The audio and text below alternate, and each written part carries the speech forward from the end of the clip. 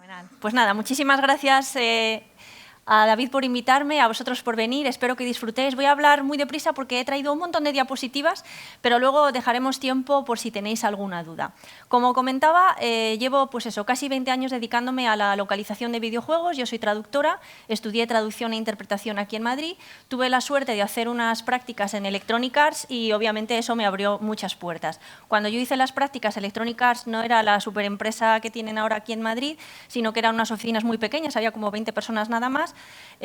Y bueno, pues tuve la suerte de entrar ahí, como digo, me abrió mucho las puertas al mundo de la localización. Me fui especializando poco a poco, porque yo hacía también mucha traducción técnica, hacía localización de software y me gustaba mucho la traducción audiovisual. Y esto aunaba las dos partes, ¿no? La parte audiovisual más creativa con la parte de software más técnica.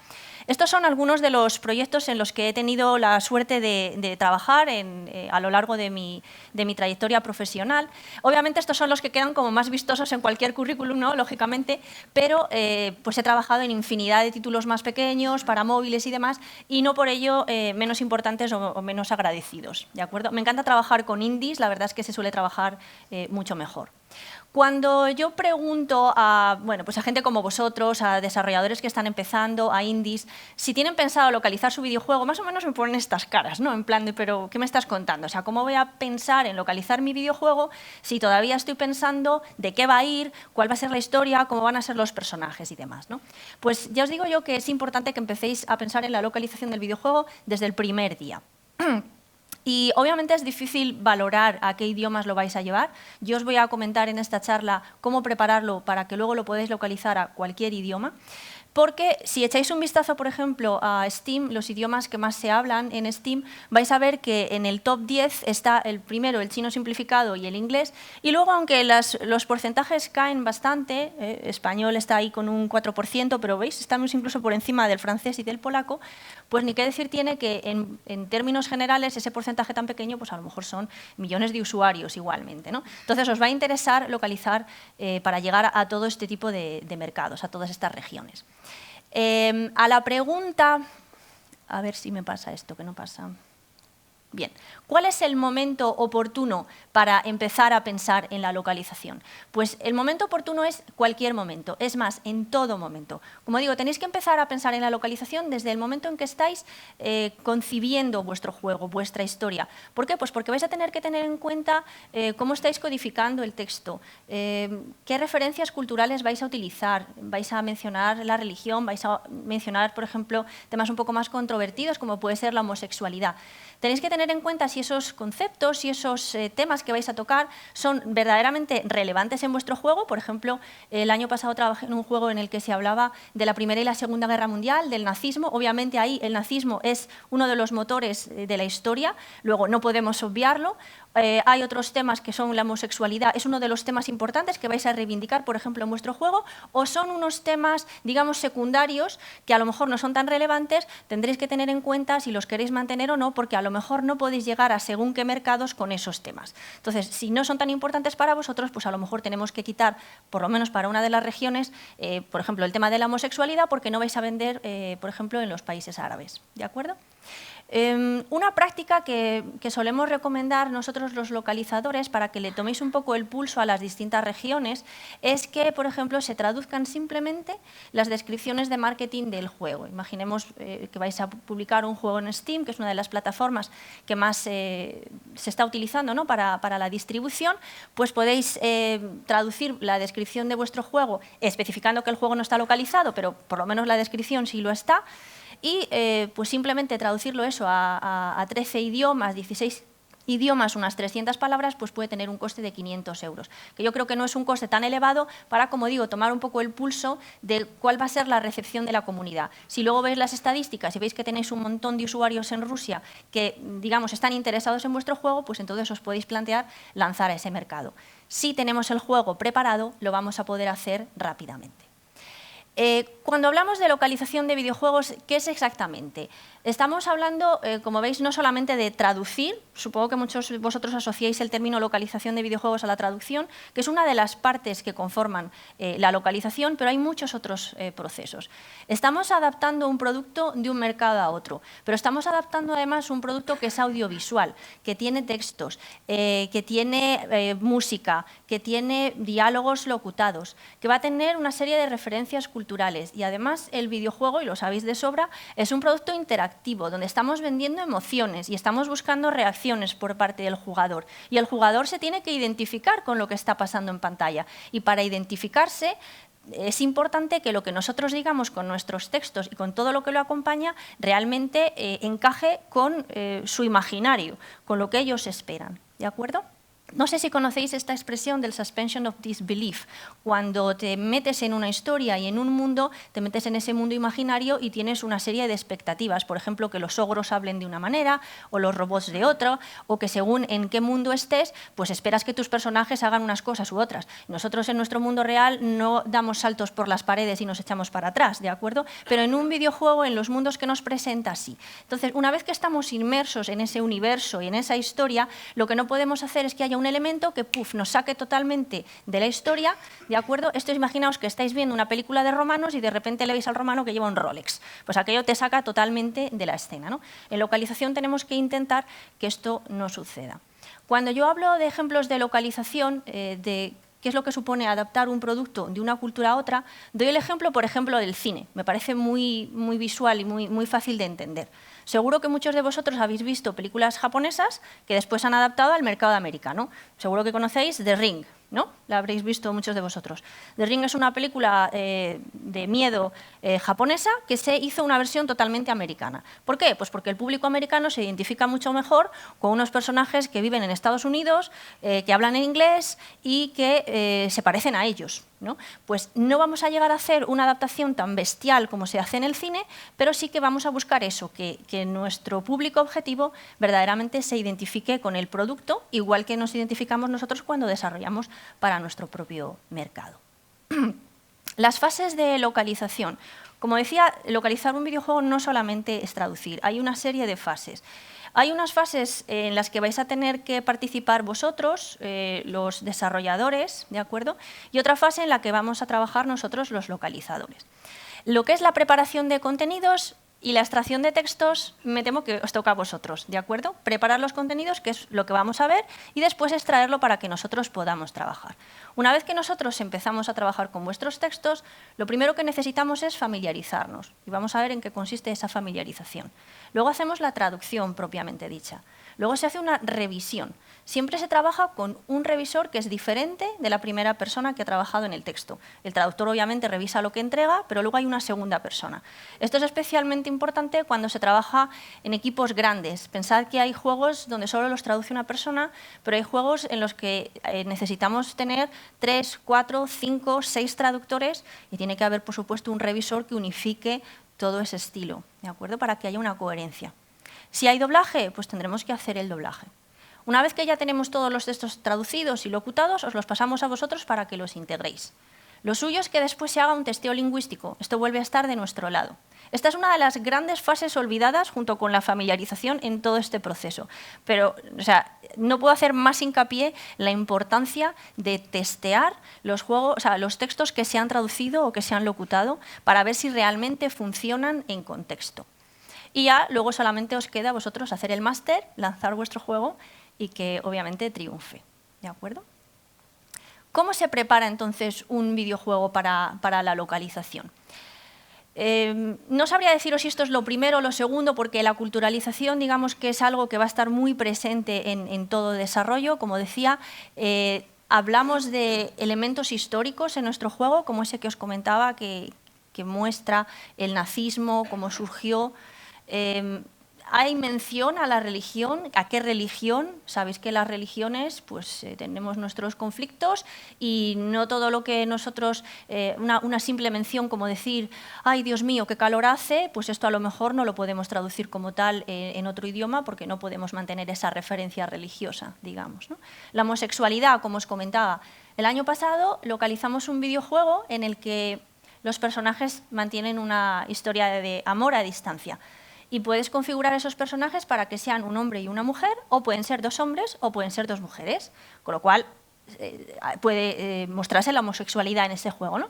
Pues cuando lo enviamos a localizar, el equipo de Árabe nos dijo que no querían localizar ese juego porque iba en contra de su cultura.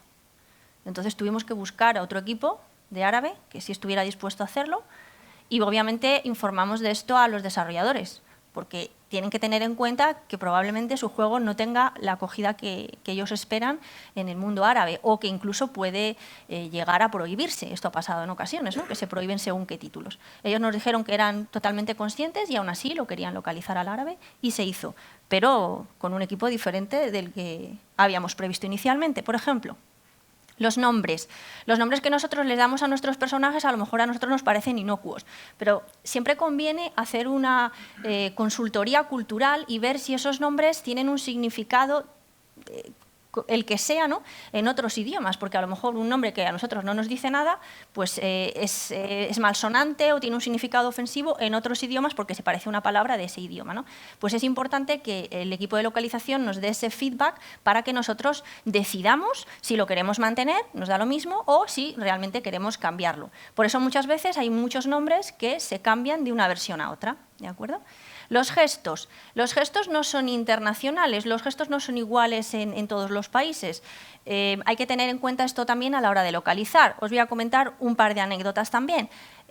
Traduciendo el Children of Mana, uno de los personajes lanza shuriken, las estrellas ninja. Pues una de esas estrellas en la trayectoria dibujaba una esvástica. El traductor de alemán dijo, esto es imposible, o sea, no puede aparecer una esvástica en este contexto porque no encaja. Entonces hubo que quitarla, hay que modificar el diseño del juego. En otro juego, creo que era en el Ni no Kuni, los personajes cuando se enfrentan a los monstruos, ¿no?, a los enemigos, pues hacían un gesto que parecía un corte de mangas. Esto, en el PEGI que tenía el juego y el significado que eso tiene en nuestra cultura, no era apropiado. Eso en Japón a lo mejor simplemente significa guay, qué bien, victoria y ya está. En nuestra cultura, hacerle un corte de mangas a alguien es decirle que te den. Y obviamente tiene unas connotaciones, ¿no?, diferentes. Entonces, es importante llamar la atención a los diseñadores de este tipo de cosas para que pues, tomen las medidas que ellos consideren oportunas, ¿vale? Como digo, el PEGI pues tenemos que tenerlo en cuenta porque lo que para unos es algo malsonante, para otros no. O sea, los países tenemos unas percepciones diferentes de según qué cosas, ¿vale?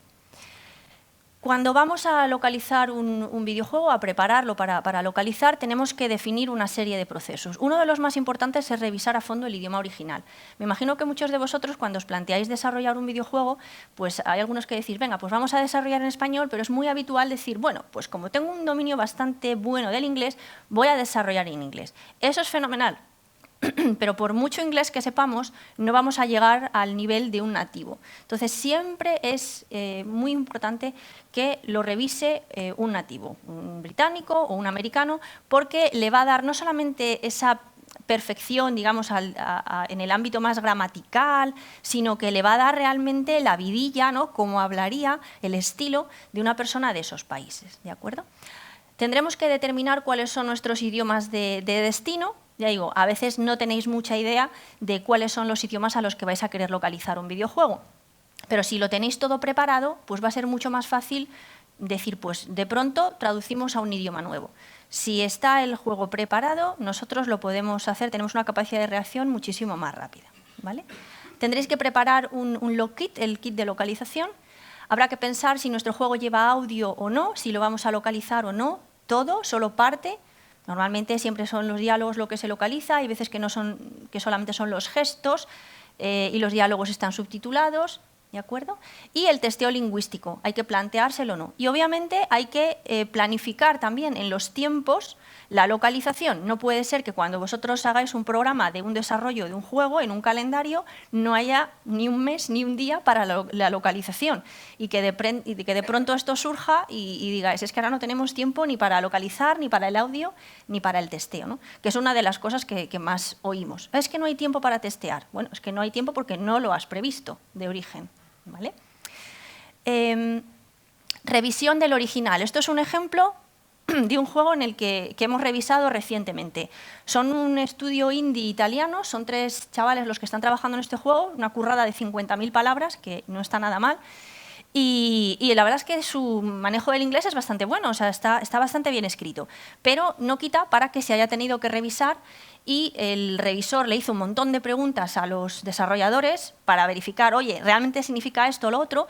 Y os dejo aquí un par de ejemplos que decía, por ejemplo, no, the toilet is dice, phone numbers written on toilet mirrors. Y claro, le dice el traductor, toilet es el inodoro, es el váter, no es el cuarto de baño, se dice bathroom. Claro, nosotros estamos acostumbrados a decir, where's the toilet, es como muy coloquial, pero no podemos poner esto, porque entonces estás diciendo que hay espejos en el retrete, cosa que no creo que sea lo que pretendían, ¿no? O it's coming out of the toilet box, y por toilet box pues se refería al dispensador de papel higiénico. En fin, os he puesto aquí un par de muestras para que veáis que incluso teniendo un buen nivel de inglés, pues esos matices a lo mejor no los controlamos. Y obviamente, si nos encontrásemos estos equivalentes en nuestro idioma, diríamos qué mal escrito está. ¿De acuerdo? Cuando se va a enviar un texto para localizar, hay un momento en el que tenemos que hacer lo que se llama el content lock. Es decir, hay un momento en el que el contenido, lo que estamos desarrollando, lo que estáis escribiendo, se tiene que congelar y decir, esto ya no se toca. Pero como yo sé que eso no es verdad, porque dicen que hay un content lock y luego siguen escribiendo cosas y sigue habiendo modificaciones, a partir de ese momento en que le digáis al equipo de localización que ha habido ese bloqueo, todos los cambios que vayáis a realizar los tenéis que llevar con un control muy estricto. Tenéis que crear un registro de cambios donde quede por escrito qué archivo habéis modificado, qué cadena habéis modificado y cuál ha sido el cambio. Además de resaltarlo en las propias cadenas, llevad un registro aparte. Esto nos va a ayudar a nosotros, pero es que también os va a ayudar a vosotros. Y muchos de los fallos que vemos nosotros en la preparación de localización son fallos de este estilo, fallos de preparativos en vuestro lado, digamos, ¿no? Por supuesto, llevar un buen control de versiones. Se generan muchísimos archivos en este tipo de trabajos y es muy importante que se sigan unas nomenclaturas, que todo esté debidamente identificado por carpetas, con fechas, con siglas, bueno, el sistema que utilicéis, pero que sea lógico, ¿de acuerdo? Tendréis que pensar qué formatos, qué herramientas vamos a utilizar. Si nos vais a exportar ese texto, lo más habitual suele ser un Excel, un XML, un CSV, un TXT, lo que sea. Hay desarrolladores que quieren que trabajemos directamente en plataformas de estas que hay ahora online. Nosotros preferimos no hacerlo porque trabajamos en nuestras propias herramientas. Vemos que hay una enorme tendencia a que los equipos de desarrollo, sobre todo más pequeños, trabajen con Google Docs. Es genial, yo soy súper fan de los Google Docs, pero el problema también de los Google Docs es que si vosotros estáis modificando un documento en el que nosotros estamos trabajando, ahí ya se crea el caos absoluto.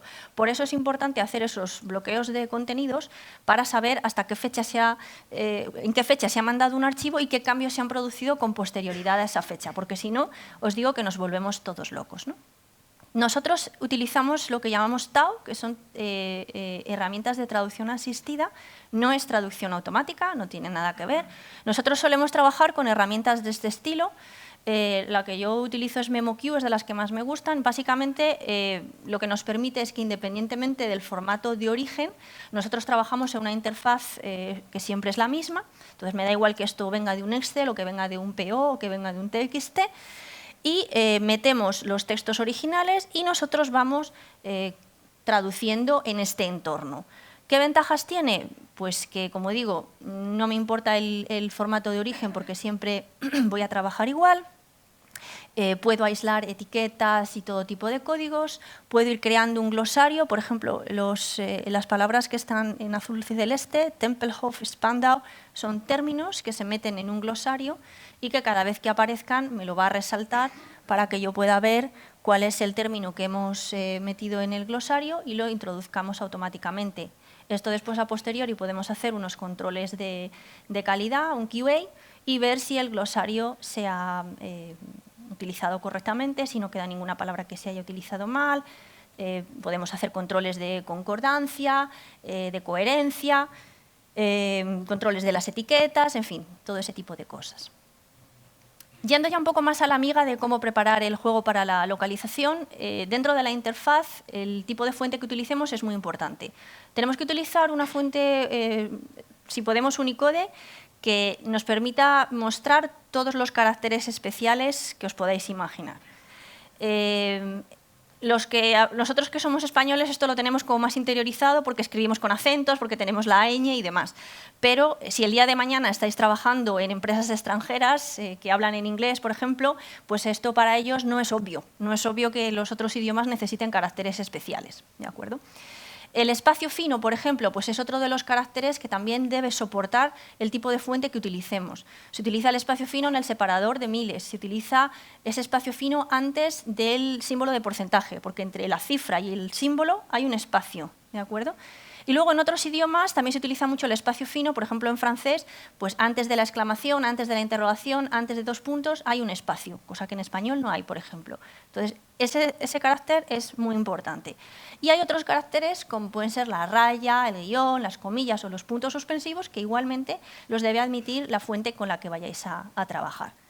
Si en algún momento se tiene que localizar a idiomas asiáticos, hay que pensar que esos idiomas son de doble byte, luego ocupan el doble, y que si, por ejemplo, vamos a localizar al árabe, la lectura es de derecha a izquierda. Luego, la fuente que utilicemos tiene que permitirnos escribir en ese otro sentido.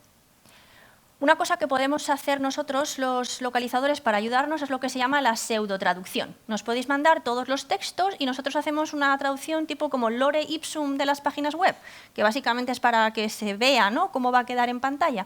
No son traducciones reales, pero sí que digamos que se trata de mimetizar, ¿no?, de hacer como si fuese el resultado final, para ver cómo quedaría. Entonces, ¿qué es lo que se hace? Pues los textos se traducen con caracteres simplemente especiales uno detrás de otro, que no significan nada, con unos delimitadores al principio y al final, por ejemplo, 2 barras al principio, 2 barras al final, y diciéndole al texto que va a ocupar un 20, un 30% más de lo que ocupa el original.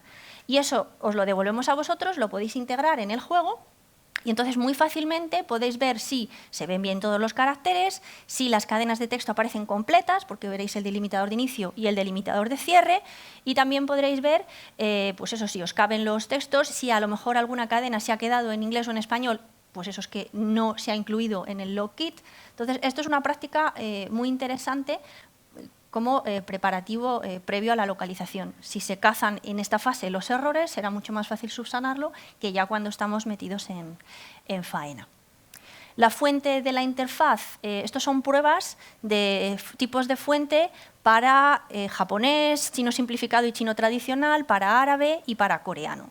Los desarrolladores, esto es un juego para móviles, nos mandaron unos pantallazos que nosotros mandamos a los traductores para que ellos nos dijeran si se lee bien o no se lee bien. Como veréis, el chino, al ser tan grueso ese tipo de fuente, los caracteres algunos aparecen como un poco apelmazados, luego es más difícil leerlos. ¿De acuerdo? Estos son del mismo juego las pruebas de árabe. Pues había fallos con la fuente, esto tendría que aparecer de derecha a izquierda y sigue apareciendo de izquierda a derecha, y aquí incluso quedaron algunos textos en inglés porque no se habían localizado. ¿Vale? La interfaz también tiene que ser flexible. Lo ideal sería que la interfaz se ajustara al contenido y no que nuestro contenido se tenga que ajustar a la interfaz. Pensad que el español es un idioma que es bastante largo, pero cuando se localiza del inglés al español, normalmente el español crece, o sea, digamos, en comparación es un 15-20% más largo, pero si pensáis en otros idiomas como el alemán es todavía más largo. Entonces, la interfaz debería ser capaz de adaptarse y que los botones, por ejemplo, pues se expandan o se contraigan en función del contenido que tengan. Y no al revés, no que seamos nosotros los que tengamos siempre que adaptarnos al espacio del que disponemos, porque obviamente las necesidades de espacio varían mucho de idioma a idioma. Si sabéis que hay unas restricciones de caracteres, que tenéis muy claro cuántos caracteres entran en esos botones porque vuestra interfaz no es flexible, o en esos menús o en esas pantallas, pues decidnos cuáles son esos caracteres, especificarlo concretamente y tened siempre en mente eso, que los caracteres que vayáis a permitir que quepan, pues que sean realistas. Que no que si una palabra tiene 5 caracteres 5 letras en español, pues entonces 5 es el límite para todos. Hombre, vamos a ser un poquito más generosos y vamos a poner 7 u 8 para que otros idiomas no lo tengan tan complicado, ¿no? Otra de las cosas súper importantes es que siempre se recomienda no incrustar el texto en las imágenes, ¿de acuerdo? Yo sé que queda muy bonito que en el arte las letras estén dibujadas, en la interfaz, en lugar de que sean textos en código. Pero ¿qué ocurre? Que si vais a localizar todos esos artes a 10 idiomas, pues hay que volver a dibujar todas esas imágenes en 10 idiomas. Eso implica que le tenéis que mandar un archivo de texto a unos artistas, que ellos tienen que escribir en idiomas que no tienen ni idea de lo que significa, y ya os digo yo que se meten infinidad de errores. Entonces hay que volver a dibujar, corregir, volver a verificar, en fin, el proceso se va alargando mucho más. De hecho, en algunos juegos donde se dibujan, ¿no?, las interfaces, trabajamos meses y meses en los mismos archivos, porque van y vuelven y vuelven y van y lo reviso y me lo vuelven a mandar. Y dices tú, madre mía, para 20 palabras llevamos 2 meses, ¿no? Pues porque hay mucho toma y daca, ¿no?, con este tipo de cuestiones. ¿Qué pasa si las interfaces no son flexibles y no se tiene en cuenta todo esto que decía o no se dan unas indicaciones correctas del número de caracteres? Pues que vamos a tener superposiciones. Los textos van a aparecer superpuestos en pantalla porque no hemos tenido las indicaciones correctas. O nos vamos a encontrar, esta es un poquito mala calidad, con que los traductores están utilizando abreviaturas, pastilla GARG en vez de garganta o gotas amabil en vez de amabilidad, porque les han dado unas restricciones de caracteres que no son realistas. Queda feísimo y hay muchísimo espacio. Entonces, podían haber escrito la palabra completa. No tiene mucho sentido. Aquí ya se lucieron. Carg, part. Horrible, ¿no? Yo he vivido la época en la que traducíamos juegos para móviles en las pantallas de los Nokia, estas así enanas. Ahí ya os digo, o sea, era toda una abreviatura detrás de otra. Parecía más código Morse que otra cosa. Pero, hombre, eso ya pasó. Las pantallas son mucho más grandes y además es mucho más flexible. Otra de las máximas a la hora de preparar un juego para la localización es que no hagáis el hard coding. Todos decimos, los números son iguales en todos los idiomas. ¿Para qué voy a poner los números en un kit de localización si los números no se modifican? Pues esto no es verdad. Los números, sí, el 15 se escribe igual en todos los idiomas, pero el orden de esos números en pantalla no va a ser igual en un idioma o en otro. Por ejemplo, la fecha y hora. Nosotros expresamos primero el día y luego el mes, pero sabéis que en el mundo anglosajón es al revés. Es primero el mes y luego el día. Entonces, si yo pongo, esta oferta acaba el 1 del 2, pues no sé si acaba en enero o si acaba en febrero. No tenemos ni idea. Entonces, vamos a estar dando información equivocada si no podemos cambiarla de orden, digamos. Las unidades, pues vamos a tener que adaptar las millas a kilómetros, por ejemplo, o las libras. Entonces, obviamente la cifra no va a ser igual, 5 millas no son 5 kilómetros, entonces sí que tengo que localizar esas cifras. La moneda, nosotros expresamos siempre la cifra primero y luego la unidad de moneda después, en inglés es al revés, pues tenemos que poder cambiar el orden, ¿no? Y las cifras, los porcentajes, separadores de miles o los separadores decimales, pues son diferentes en cada idioma. Entonces, sí, las cifras sí se tienen que localizar, ¿de acuerdo? Hay que incluirlas. En cuanto al diseño de nuestra interfaz, tenemos que poder hacer espejo de nuestra interfaz si vamos a localizar al árabe. Es decir, tenemos que poder mostrar la misma imagen, pero como si fuera en un espejo, en reflejo. Todo va a cambiar de orden, menos los números. Los números no, esos no se leen al revés, ¿vale? Por ejemplo, los saltos de línea, las divisiones de palabras, la tendencia es a que los saltos de línea sean automáticos. Esto está muy bien, es muy cómodo, pero nos podemos encontrar que si tenemos una línea con una restricción de 45 caracteres y yo tengo 48 en total, pues la última palabra, con ese salto de línea automático, va a pasar a la línea de abajo. ¿Qué ocurre con los saltos de línea automáticos? Que nos vamos a encontrar con un montón de frases que la primera es larguísima y la segunda solo tiene una palabra viuda debajo.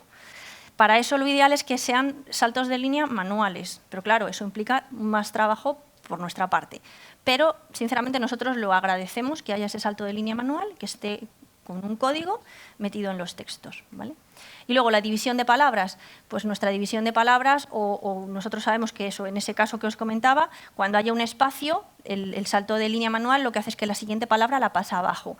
Pero ahora pensad en idiomas asiáticos donde las palabras no están separadas por espacios. Las cosas se complican bastante más. El orden alfabético en tablas o en listados. Seguro que estáis hartos de meter vuestros datos en formularios donde España está abajo, abajo, abajo en la S de Spain, ¿no? Y no está en la E de España, aunque está escrito en español. ¿Por qué? Pues porque no se ha vuelto a alfabetizar, no se ha vuelto a ordenar alfabéticamente esas tablas. Entonces, si vais a tener tablas de elementos, listas y demás, recordad que la alfabetización va a ser diferente según el idioma. Entonces, hay que buscar el método de hacerlo. Y luego me gustaría lanzar una lanza a favor de la accesibilidad. Pensad también que hay muchas personas que no ven bien y que son daltónicas. Entonces, creo que sería bonito que cada vez más los desarrolladores permitan que se modifiquen algunos elementos de la interfaz para que se puedan elegir los colores. Los daltónicos tienen problemas con el rojo y el verde, que encima son los colores de adelante y de parar, ¿no? Y luego los tamaños. Las interfaces tienen unas letras enanas que nos vamos a quedar todos ciegos y bueno, deberían dar la posibilidad de aumentarlas, ¿no? De ser más flexibles. Hablando de cosas enanas, los subtítulos. Los subtítulos en videojuegos, esto es una cosa que no entiendo por qué, nunca siguen la convención que siguen los subtítulos del mundo audiovisual. Los subtítulos del mundo audiovisual tienen una fuente grande, legible, ¿de acuerdo?, que es algo que, estaréis hartos de ver juegos con unos subtítulos con unas letras enanas que no hay manera de ver, ¿de acuerdo? Los subtítulos deberían tener solo 2 líneas de texto, ni 3, ni 5, ni párrafos enteros, como he visto a veces. Los caracteres por línea en torno a 42 o 45, es cierto que ahora las pantallas son más grandes y cabe un poco más, pero también es importante el tiempo que están esos subtítulos en pantalla, de 3 a 6 segundos, dependiendo de si es una línea o 2. Si los subtítulos van muy rápido, si pasan muy rápido en pantalla, nuestro ojo no registra ese cambio de subtítulo y no lo lee bien, ¿vale? Esto sería interesante que también lo tuvieseis en cuenta y básicamente es aplicar las mismas convenciones que se utilizan en el cine o en la televisión. Vamos con las variables, que aquí es donde está una de como la más miga de la interfaz. Seguro que vais a tener que utilizar variables en vuestros códigos. De cara a la localización, procurad que por favor sean claras y concisas y que nos expliquéis qué es lo que hacen.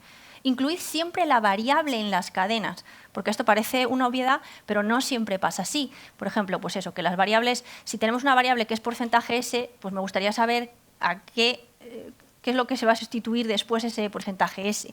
¿Va a ser un sustantivo, va a ser un adjetivo? Porque dependiendo de eso voy a tener que traducir de una manera o de otra.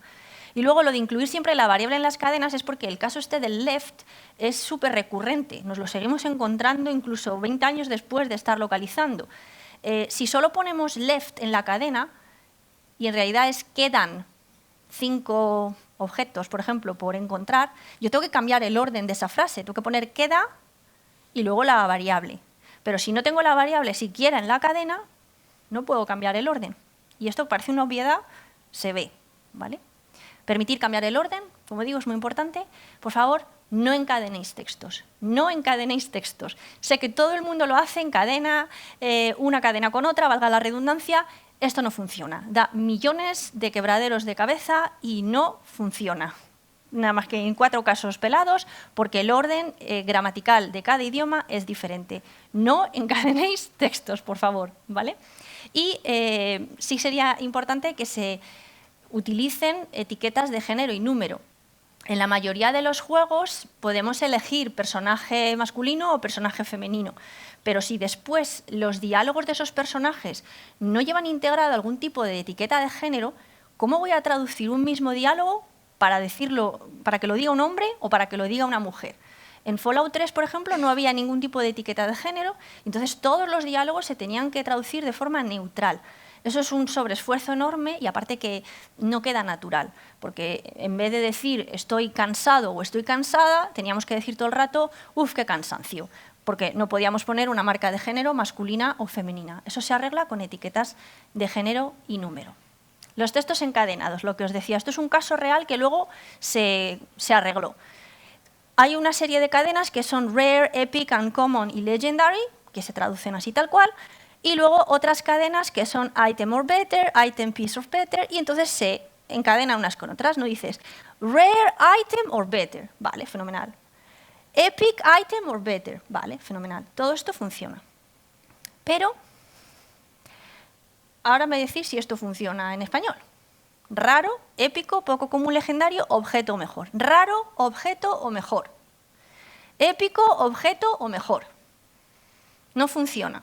No funciona y esta este encadenamiento, nosotros los traductores no podemos hacer nada más que traducir en este orden y punto.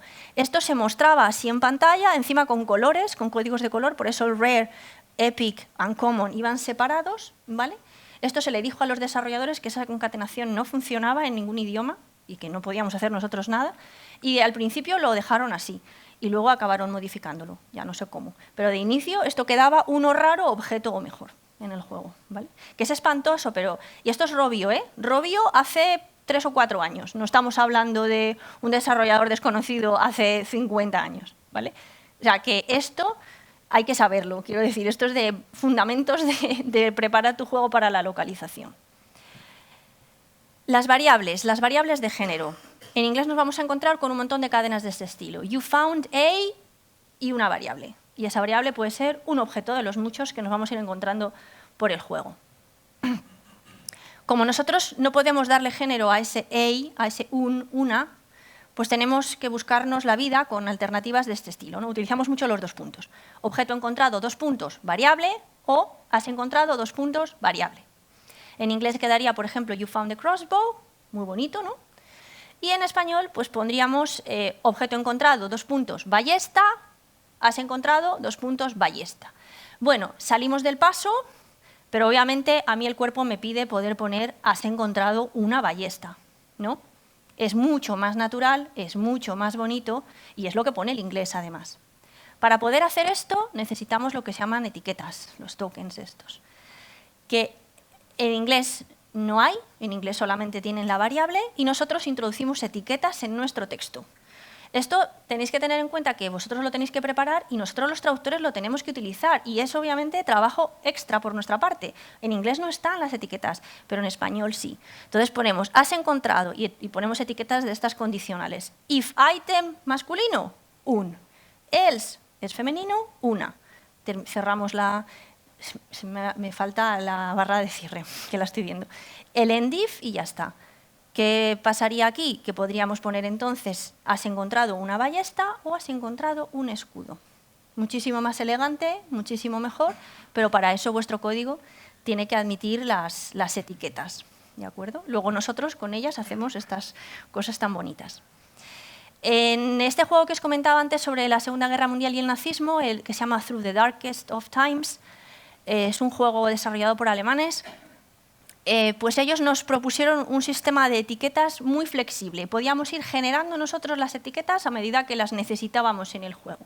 Ellos crearon una primera tanda de etiquetas del estilo, la etiqueta es la que veis a la izquierda del todo, entre llaves, he, she, en mayúscula para que se entienda que se va a... el resto de la tabla es por lo que se sustituye esa etiqueta, ¿no? Pues he, she, nosotros pondríamos el, ella, he, she escrito en minúscula, el, ella. Por ejemplo, spouse, como en inglés no hay diferencia, pues luego en los demás idiomas sí tenemos marido-mujer, épouse-mari, Frau-Mann, ¿vale? Y, como digo, era un sistema flexible de etiquetas y nosotros podíamos ir creando las etiquetas que necesitáramos. Entonces, lo simplificamos al máximo y dijimos, bueno, pues el final de singular masculino-femenino es OA, una, porque lo necesitábamos también, claro. El de Ana, por ejemplo, pues para poner alemán, alemana, no hacía falta una etiqueta que pusieras toda la palabra entera de alemán, sino que con el Ana nos sirve para varias palabras a la vez, ¿no? Entonces, para este tipo de frase, por ejemplo, que en inglés no tiene esas etiquetas de género, could you tell my friend, el nombre del friend, ¿no? What happened yesterday? Puedes contarle a mi amig, y aquí metemos la etiqueta, amig, que esto se va a sustituir por OA. Lo que pasó ayer, puedes contarle a mi amiga Schneider lo que pasó ayer, por ejemplo, ¿vale? Con la etiqueta esa de singular, que como veis no aparece en el inglés. Esta es otra parecida, keep member data in the group, but isolate him, her. Este sí que en inglés necesita la etiqueta. Y en español, aísla, es que no se ve bien, aíslalo, ¿vale? Aíslalo, ¿vale? Más difícil todavía. Estas son las etiquetas que se utilizan en juegos del estilo de Dragon Quest, ¿vale? Son etiquetas no solamente de género, que es lo que hemos visto antes, masculino y femenino, sino también de número, singular o plural. El inglés ya lleva etiquetas de por sí. En Dragon Quest sabéis que en algunos momentos del juego podéis controlar a un solo personaje o a un grupo de personajes. Entonces, eso es lo que nos presenta esta frase, ¿no? Dice, si vas solo, if solo, leader, esa es la variable. Si no vas solo, es the party is ready. En inglés queda, por ejemplo, Rodrigo is ready o the party is ready, ¿vale? Como el inglés no tiene género masculino o femenino para los adjetivos, pues ya no tiene que entrar en más historias. El problema es que nosotros podemos llevar a Eric solo, o a Jade sola, o solo a las chicas, o a todos en un momento dado. Entonces necesitamos singular, plural, singular, femenino, plural, o sea, singular femenino, singular masculino, plural femenino, plural masculino, ¿vale? Entonces, esto que en inglés tiene poquitas etiquetas se convierte en este chorizaco en español, ¿vale? Esto también para que veáis la dificultad que hay detrás. Todo esto lo añadimos nosotros, no lo añade una máquina, ¿eh? Lo añadimos nosotros conforme lo vamos necesitando en la traducción. Entonces, si está solo, vale, líder, entonces está, si el líder es masculino, o sea, si solo llevamos un personaje masculino, está listo. Si es una chica, femenino, lista. Vale, ya no va solo. Ahora van en grupo. Si ese grupo está formado solo por chicas, entonces serán las chicas están listas, ¿vale? Tengo que hacerlo más grande porque tengo que incluir también el sujeto. Y si no son solo chicas, entonces ya es mixto, los chicos están listos. Y ya se termina esto, ¿vale? Y de esa manera, con este chorizaco de etiquetas, pues podemos poner Eric está listo, Jade está lista, los chicos están listos y las chicas están listas, ¿vale? Trabajar así es complicado porque, como digo, hay que ir metiendo estas etiquetas y las hay más largas, ¿eh? Imaginaos cuando hay un objeto y una persona le da un objeto a otra y pueden ser singulares, plurales. Y es más, os lo he simplificado porque solo tiene femenino y masculino, pero nosotros introdujimos el neutro también. Primero porque en alemán sí que existe el neutro, entonces tienen esa tercera voz. Nosotros no tenemos neutro, pero sí tenemos palabras átonas. Y entonces, si quieres poner, en vez de poner la agua, vas a poner el agua, entonces tengo que tratar el último como masculino. Bueno, son truquillos ya que tenemos, ¿vale? Estas etiquetas, en función del idioma, son unas o son otras. Los franceses tienen otras etiquetas también. Nosotros tenemos las contracciones de él es del, a él es al. Los franceses tienen contracciones, los alemanes tienen también, en fin, una serie de complejidades. Trabajar así, digo, para nosotros es difícil, pero el resultado es brutal, o sea, es perfecto, ¿vale? Luego están los plurales. Esto es otra cosa también bastante divertida, ¿no? La gestión de los plurales cuando tenemos cifras en nuestros textos. Normalmente si pensamos en cantidades, nosotros decimos, bueno, pues o puedes tener 0, no tienes nada, o tienes 1, singular, o tienes varios, plural, ¿vale? Pues hay otros idiomas que aparte del 0, el singular y el plural, agrupan las cantidades. Y tienen dual, y tienen trial, y tienen lo que llaman paucal. ¿Esto qué significa? Pues que lo que en inglés dicen zero houses y nosotros decimos 0 casas, que mantenemos el plural, en francés es curioso, dicen zero maison y lo dicen en singular, pero el polaco dice domo, ¿vale? El inglés, el español y el francés, cuando tienen una es singular y ya está, cuando tienen 2 es plural y todos los demás plurales son iguales. Pero, amigo, los polacos, si tienen 2, 3 o 4, lo llaman domi, no sé polaco, así que no sé cómo lo estoy pronunciando. Si tienen 5 es domo. Si tienen 21 también es domo, pero si tienen 24 o 22 es domi. Entonces, si queremos poner, tienes 5 monedas o has encontrado 5 casas o construye 5 casas, 25 casas, 23 casas, y queremos que casas se escriba luego bien en el juego, tenemos que meter condicionales. Si es esta la cantidad, pondrá casa. Si es esta la cantidad, pondrá casa. Si es esta la cantidad, pondrá domi o pondrá domo o lo que sea, ¿vale? Complicado, pero es importante saberlo. Y el polaco no es el único idioma que tiene esta peculiaridad, ¿vale? El kit de localización. Una vez que ya vosotros habéis preparado vuestro juego, ¿qué es lo que necesitamos nosotros que nos mandéis?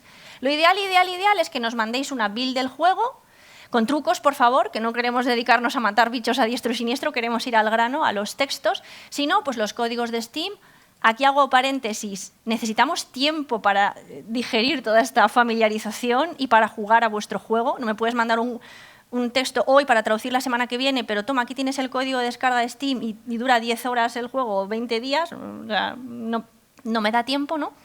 Si no, también son muy útiles los vídeos de playthrough. Seguro que vosotros, muchas veces testeando vuestro juego, tenéis que jugar un buen rato. Hacedle un vídeo y mandárnoslo. De hecho, últimamente los vídeos estamos viendo que son mucho más útiles porque con el vídeo puedo ir para adelante, para atrás y vosotros vais además mucho más ágiles por vuestro juego de lo que podemos ir nosotros, ¿no?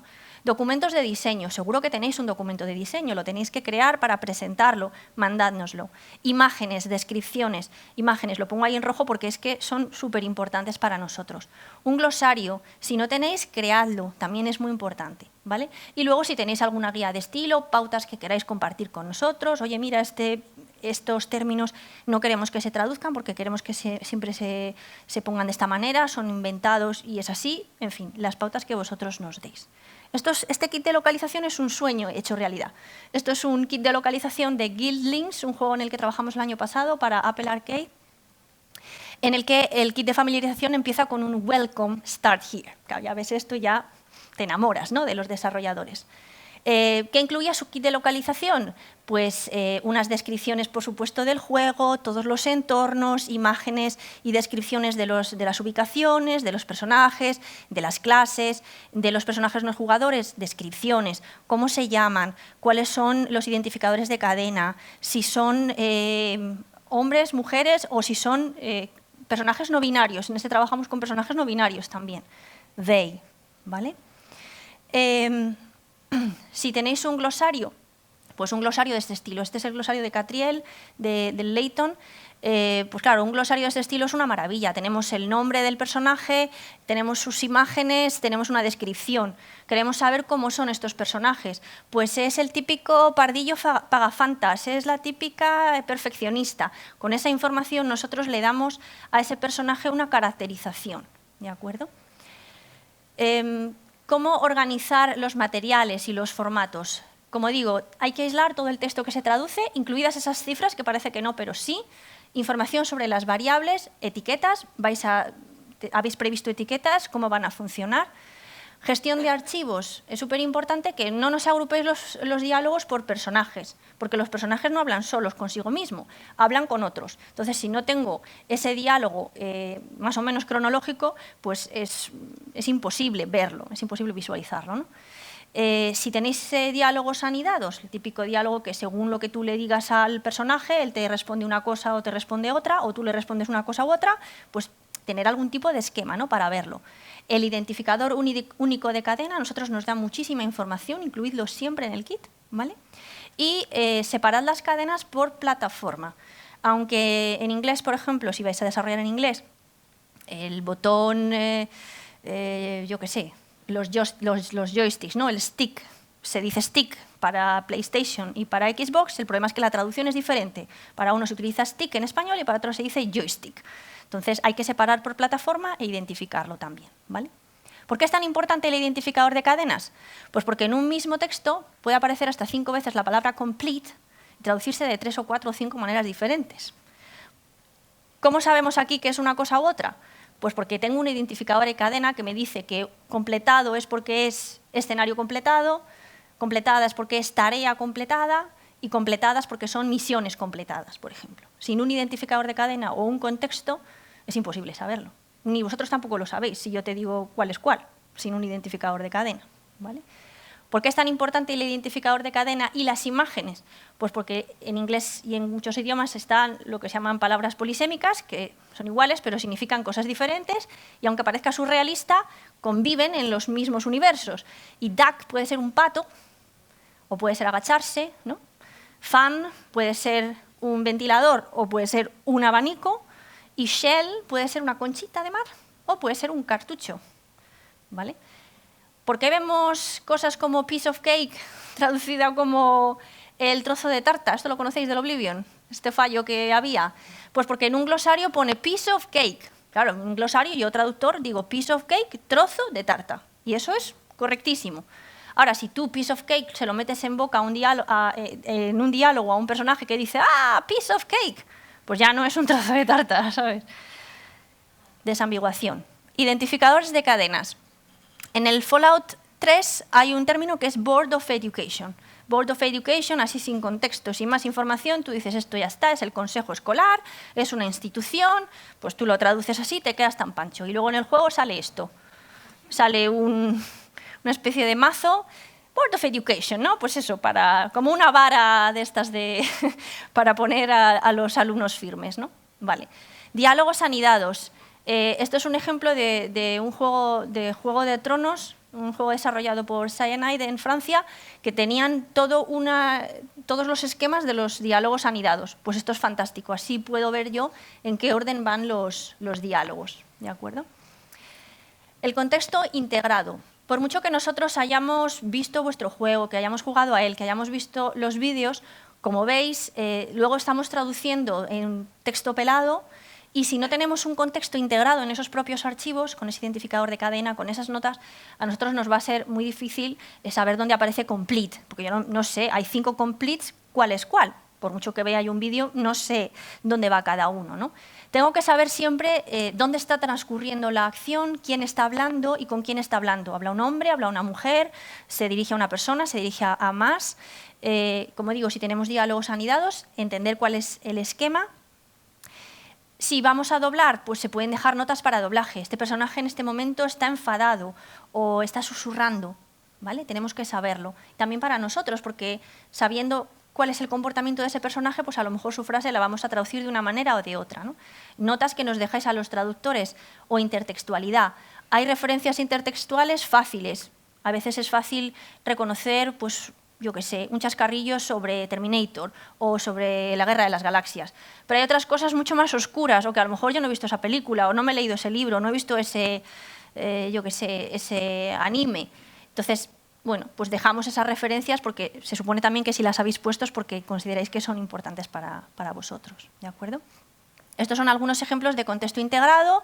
Pues eso, tenemos la información de quién es la persona que está hablando, comentarios del inglés, ¿de acuerdo? Y los identificadores de cadena. Esto, por ejemplo, es también de un jueguito para móviles que hemos hecho hace poco, pues han puesto una serie de notas muy interesantes. Por ejemplo, hay una cadena que simplemente pone platform. A mí si me pones platform, pues no sé muy bien a qué se refiere. Puede ser un andén de metro o un andén en una estación de tren. Pero si me pones oil rig platform, pues ya sé que es una plataforma petrolera, ¿vale? Pero si no, pues no lo sé. Si vamos a tener audio en nuestro videojuego, es importante que definamos el alcance, qué es lo que se va a doblar y qué es lo que no. Se recomienda traducir el guión al principio, porque de esa manera se puede después seguir con el casting y el doblaje, y en paralelo se puede seguir traduciendo el in-game y los demás textos que no se fuesen a locutar. Hay que prever que a lo mejor hay que hacer un ajuste, dependiendo del tipo de doblaje. Va a ser un doblaje donde a lo mejor tenemos que hacer sincronización labial o tenemos que hacer un ajuste por tiempo para que la onda más o menos se encaje con el original. Muy importante la nomenclatura otra vez, los nombres de los archivos. En audio suelen crecer, ¿no?, por multiplicarse los archivos. Identificar claramente otra vez, pues eso, qué personaje habla, cómo hablan, el tipo de sincronización. Y otra cosa también muy importante e interesante es que cuando se entra a grabar debería estar también el traductor en la sala, ¿vale? Puede ser por Skype, no hace falta a lo mejor estar físicamente allí. Pero sí es una persona que conoce ese juego, que sabe lo que ha traducido y por qué lo ha traducido, y es una persona que puede incluso aportar información a los actores de doblaje. Tened en cuenta que si nosotros vemos poco, un actor de doblaje ve 0 del juego y llega a la sala y le dicen tu personaje es es un militar que se dedica a pegar gritos. Y bueno, si tienes al traductor que le puede poner un poco más en situación o explicar de dónde viene cada cadena o cómo la tendría que interpretar, pues será muchísimo más fácil para ellos también, ¿vale? La comunicación con el equipo, nosotros no nos cansamos de decir que queremos colaborar con vosotros, participar en el proceso de desarrollo, sentir que somos un engranaje más, ¿no?, dentro de toda vuestra maquinaria. Entonces, nuestra forma de comunicarnos normalmente con los desarrolladores, una vez que ya estamos en localización pura y dura, es a través de lo que llamamos el log de preguntas. A nosotros, aunque nos hayamos familiarizado, aunque estemos jugando, aunque lo conozcamos bien, siempre surgen dudas. Y solemos resolverlas pues, registrándolas en este tipo de documentos, en Google Docs, donde ponemos pues eso, preguntas sobre distintas cadenas. Y además, una cosa muy bonita es que nosotros también ayudamos mucho a que mejore el juego. Por ejemplo, hace poco me decía un cliente, esto ha sido hace cosa de unas semanas, muchísimas gracias por vuestras preguntas, decía, porque a veces cazamos errores tipográficos.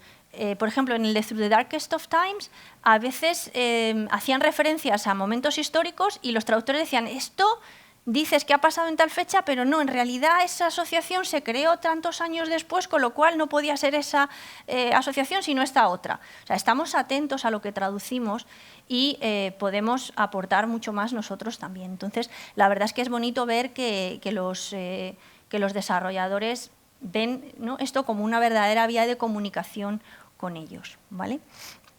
Estos son, por ejemplo, pues, lo que os comentaba, ¿no? Una serie de cosas que decían, mira, la KGB no se formó hasta el año 1954 y si lo que estáis diciendo, si esa frase está ocurriendo en un momento anterior, es imposible que se mencione la KGB. Se tiene que mencionar otra institución, la NKVD, pero no esta.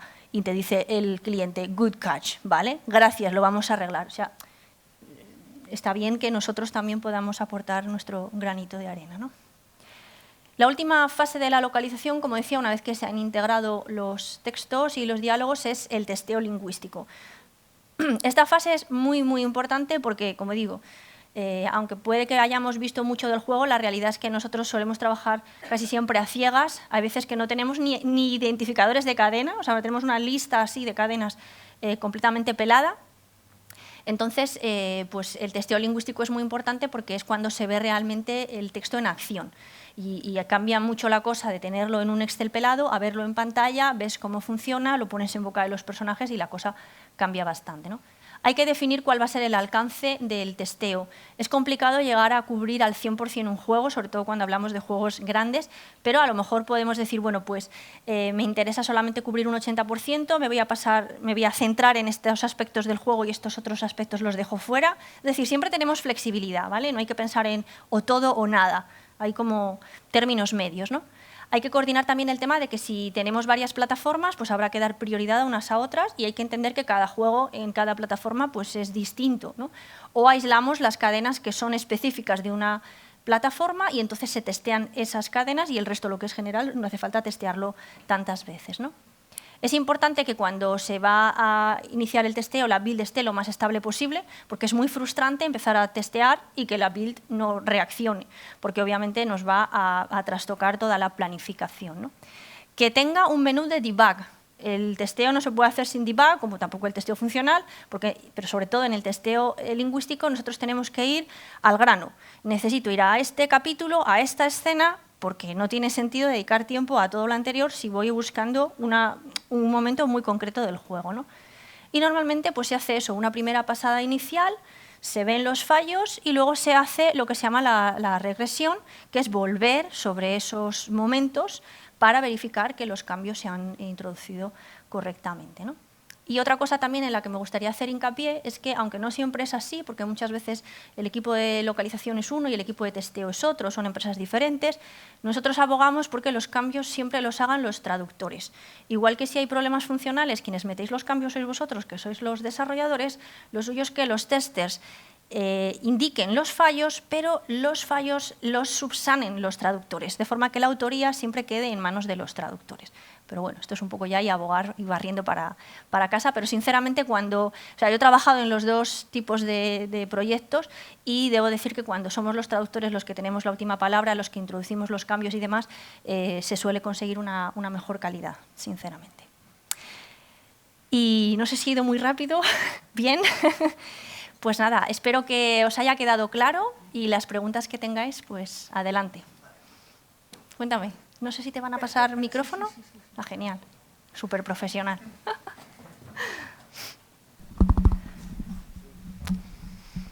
Probando.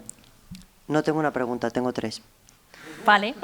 Una es profundilla, otra profundilla normal y otra puntual. ¿Cuál quieres? La que quieras, o sea. Vale, pues vamos en el orden que yo quiero. Venga. Entonces, la localización incluye todos los cambios posibles para la adaptación a su entorno. Este ámbito permea en todos los procesos y es muy posible que haya reticencias debido a su gran cambio y coste de trabajo. Teniendo en cuenta que es la parte de mayor largo plazo de todo el proyecto, ¿cómo has lidiado con equipos recios a la adaptación y en qué ejemplos has tenido razón y en qué otros no? A ver, al final lo que tratamos es de que haya un diálogo y que haya comunicación. Nosotros exponemos nuestro punto de vista, el punto de vista, digamos, del conocimiento del mercado, del conocimiento de nuestros jugadores, de lo que ellos esperan. Eso es marketing. ¿Perdona? Eso es marketing. Bueno, es marketing, sí y no. Es decir, o sea, yo conozco mi público, yo sé lo que les gusta y yo sé cómo habla digamos, los jugadores de mi entorno, de mi país, y los de otros países, los del suyo, ¿no?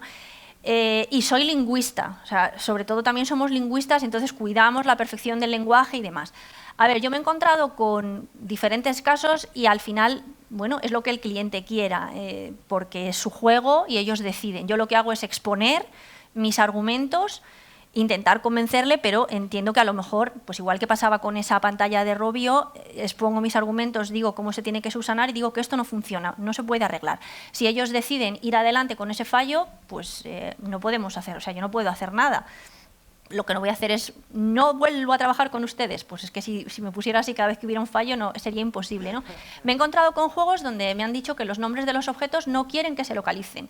Entonces te encuentras con juegos, creo que es el Shaddai, que es un juego en el que traduje hace la torta, que te pone, pues, toma tu arch y dispáralo. Y dices tú, pues esto me parece horroroso.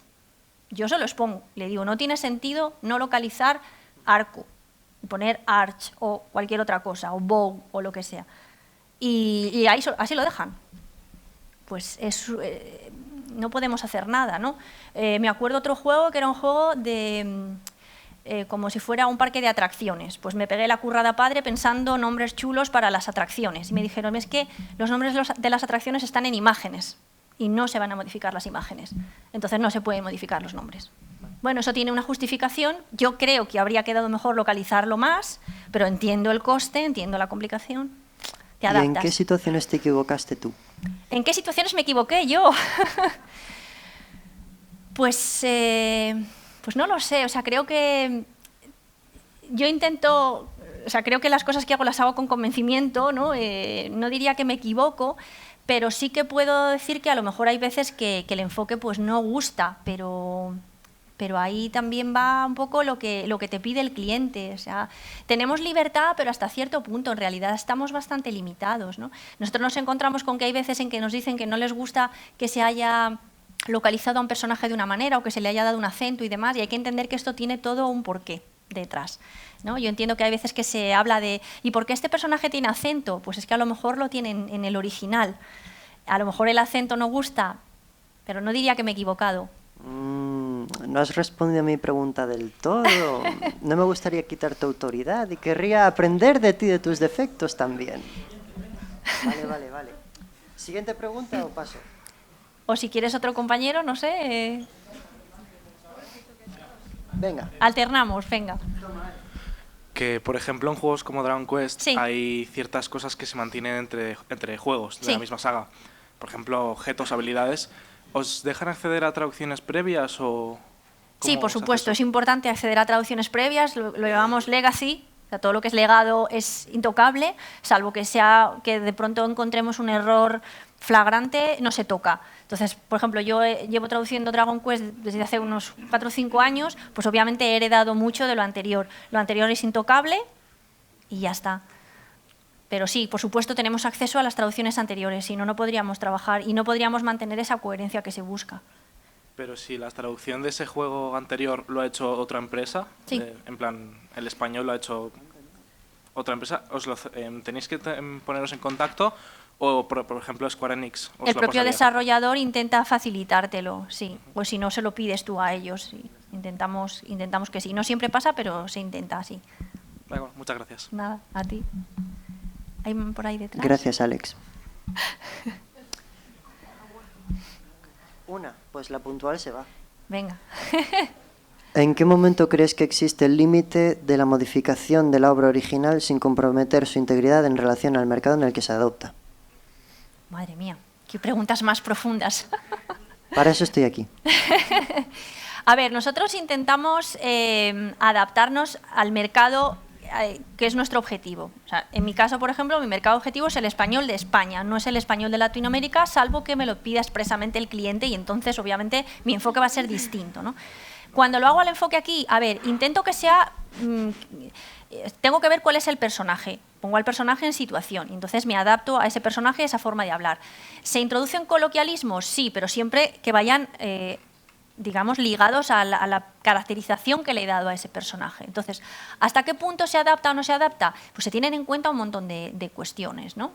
Como digo, es el personaje en sí, lo que se haya acordado con el cliente y también el momento. Intentas, no sé, yo intento que tampoco utilicemos unas expresiones tan de hoy, que pasen de moda mañana, porque eso pasa muchas veces, ¿no? Hay palabras que digamos que sí que permanecen más en el tiempo, se puede ser coloquial sin necesidad de ser súper, hiper puntual, ¿no? Y hay otras que sí, también depende un poco del personaje, o sea, a lo mejor hay un personaje más secundario al que yo le puedo poner un Oli, ¿qué tal? Que Oli es como muy de hoy, pero a lo mejor dentro de 5 años nadie dice Oli, por ejemplo, ¿sabes? Entonces, no sé si he respondido con esto a tu pregunta. Más o menos, sí. Nada, gracias a ti. Dime. Yo te quería preguntar, ¿tú cuando estabas estudiando, cuándo te diste cuenta de que había demanda de que expertos se dedicasen a solo como la localización de los videojuegos? ¿O si ya cuando estabas estudiando sabías que te ibas a dedicar a esto? No, la verdad es que no lo sabía porque no sabía ni que existía la localización de videojuegos. Lo descubrí básicamente por las prácticas en Electronic Arts. Ellos pusieron unas prácticas. Yo en esa época traduje poco videojuego, hacía más traducción de marketing y de hecho fue un poco por ahí por donde empecé. Estamos hablando del año 99-2000, en esa época todavía ni se localizaban los videojuegos. O sea, no existía la localización al español porque no se localizaban. O sea, me refiero, no existía la disciplina como tal porque no se estaba haciendo esa práctica, ¿no? Se estaba localizando del japonés al inglés y ya está, nada más, es lo único que se estaba haciendo. Y también de aquella manera, o sea, muchas cosas están localizadas al inglés por japoneses o por personas que no son traductores y que, bueno, se han visto metidos en esos berenjenales por sacarlo como fuera, ¿no? Yo me di cuenta, pues eso, a raíz de que me gustaba, que aunaba digamos, las disciplinas que me gustaban más, que es la parte de localización de software y todo lo que es el audiovisual. Me gustaba mucho la traducción para cine, para televisión, ¿no? Y bueno, pues fui aprendiendo sobre la marcha. Pero ya digo, en esa época la mayoría de los juegos, si acaso, se traducía al manual, nada más. Y se traducía mucho al marketing, pues todas las notas de prensa, las descripciones de los juegos y los manuales. Pero vamos, yo he llegado a traducir manuales donde en el manual ponías, toca el botón Options, porque la interfaz estaba en inglés. Entonces no podías poner el botón opciones porque no había un botón opciones en la pantalla, por ejemplo. Hola. Gracias. No sé si te has enfrentado alguna vez a traducir, por ejemplo, género neutro, que en inglés, por ejemplo, sí que está más arraigado, pero en España no existe por la RAE y hay muchas traducciones que directamente se la cargan. No sé cómo te afrontas tú ese problema. Pues sí, la verdad es que en este juego que comentaba, el Guild Links, precisamente, al que pertenece esta imagen, ahí sí que había una serie de personajes no binarios, además especificados como tal. De hecho, uno de los desarrolladores era no binario o era no binarie, todavía tengo un poco de confusión de cómo se utiliza. Esto es una práctica, digamos, muy nueva, obviamente, y bueno, estamos utilizando con el E también por un tema de accesibilidad. Yo creo que la X y la arroba no son buenas, vamos, no es que lo creas, que lo sé, no es positivo de cara a la accesibilidad. Hay que pensar que las personas que no oyen y utilizan el dictado, si le pones en una palabra una arroba, es imposible que la máquina lea esa palabra, por ejemplo. Sin embargo, con la E pues la podría leer, ¿no? Y bueno, ese es un poco el enfoque que estamos utilizando. En este juego sí nos salió, eran personajes secundarios y muchos de ellos además eran personajes que eran objetos que cobran vida, pero que específicamente se decía que ese objeto era no binario. No, a los otros objetos que no tenían género, pues si era una tostadora, pues la hicimos femenina porque tostadora es femenino y frigorífico masculino porque era masculino, salvo que pusiera que era no binario. Sé que hay varios juegos donde sí que se están presentando personajes no binarios. Y, hombre, yo creo que la comunidad de traductores aquí en España está bastante, sobre todo en videojuegos, está bastante metida en este tema y sí que se está abogando por utilizar ese lenguaje inclusivo. Pero es verdad que no está admitido y que no sé si se llegará a admitir. Entonces está todavía todo un poco en pañales, por así decirlo. Gracias. A ti. ¿Alguna más? Sí. Qué bien. Si un desarrollador que está, digamos, en proceso de crear la narrativa basada en una época histórica, ¿es recomendable ir a un equipo de localización para que apoyen a esa narrativa que sea lo más exacta o correcta posible? A ver, yo creo que tendría que hacerse de origen. Más que apoyarte en un equipo de localización, deberías apoyarte en a lo mejor un historiador en ese caso o un guionista. Creo que también la figura del guionista brilla por su ausencia en muchos desarrollos y se nota. Al final cada uno tiene su labor y quien mejor escribe se supone que es alguien que sabe realmente tratar los textos. Yo ahí no iría tanto al equipo de desarrollo, o sea, de localización, sino más bien lo dejaría bien atado de origen, porque en realidad el equipo de localización no va a conocer mejor o peor un momento histórico. Lo que comentaba en este caso es que, bueno, pues estamos atentos a lo que pone, leemos lo que estamos traduciendo, le damos sentido y si vemos que algo no lo tiene, pues lo señalamos. Pero no creo que seamos nosotros a lo mejor los más adecuados para darle ese rigor histórico a lo mejor que comentas. Vale, muchas gracias. A ti.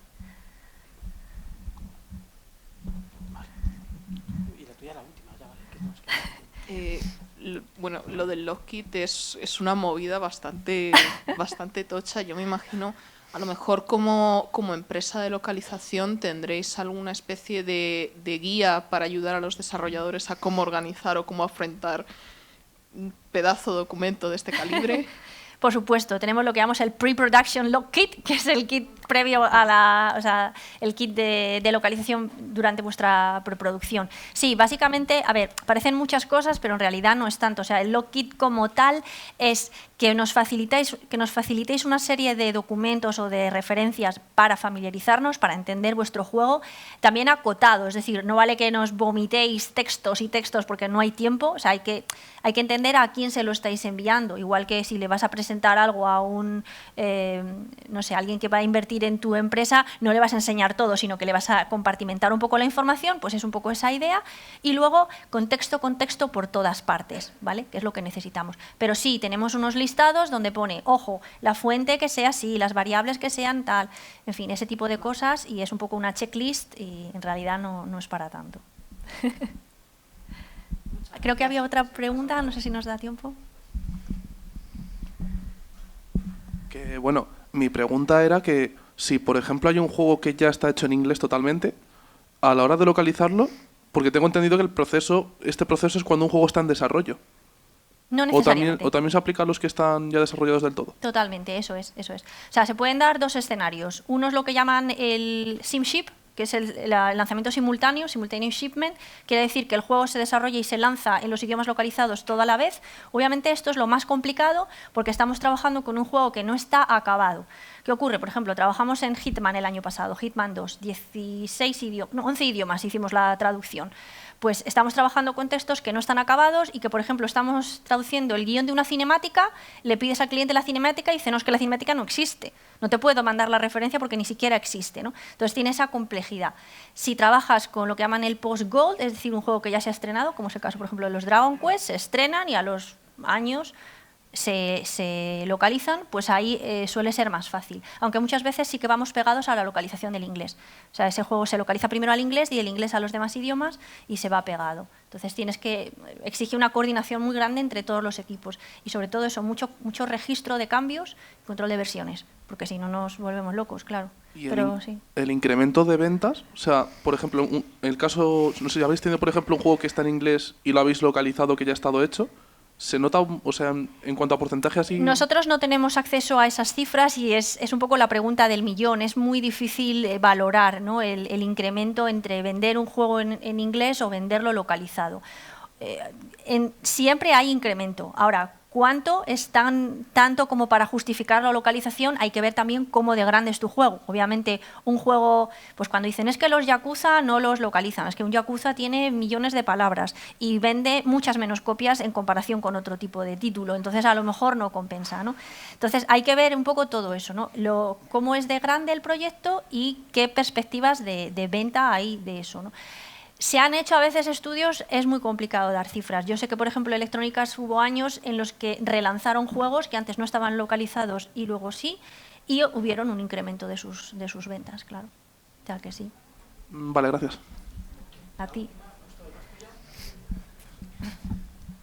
En juegos, en juegos en los que haya chistes o alguna cosa que utilice la polisemia de una palabra que solo funcione en un lenguaje, por ejemplo, o algún contexto que solo funcione en un solo lenguaje, ¿cómo localizáis eso? O sea, no sé si... Nos ponemos a llorar. Bueno, pues buscas todas las herramientas posibles. Si intentas buscar un chiste con esa palabra, porque a lo mejor incluso esa palabra aparece en imagen, todo depende mucho, ¿no?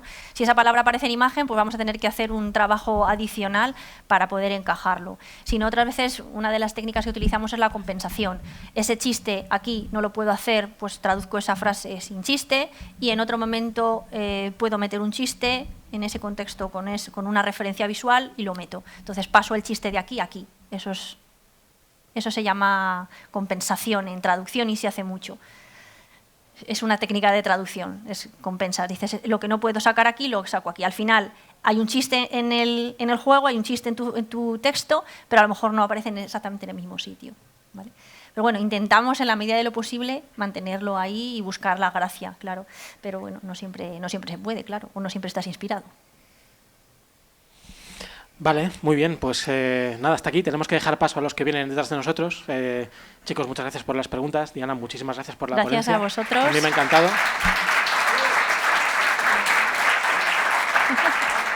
Podéis escribirme para cualquier duda. Sí que para cualquier duda me podéis escribir por Twitter, por email y estaré encantada de responderos. Y recordad...